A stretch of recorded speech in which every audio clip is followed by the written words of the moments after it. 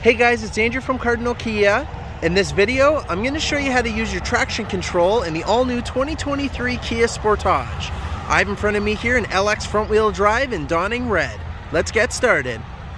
Okay, so to start us off, the traction control button is down here to the left of the steering column, and you'll see that it says off on it. So traction control is always defaulted to being on every time you start the car. And when traction control is on, that's stopping your wheels from being able to spin freely. So whether you're front wheel drive or all wheel drive, if your wheels started to lose traction, traction control would kick in and blink on the instrument panel to let you know it's now stopping the wheels from continuing to spin.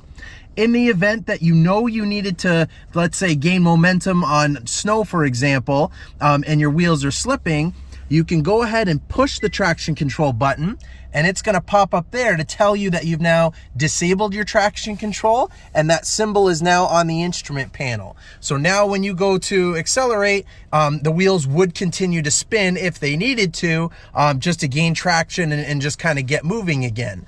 If you go ahead and just press it again, it'll go back to being on. Again, every time you restart the car, the traction control defaults back to being on. So when you're hitting the button, you're only turning it off. So you can't accidentally turn off your traction control and like leave it off forever.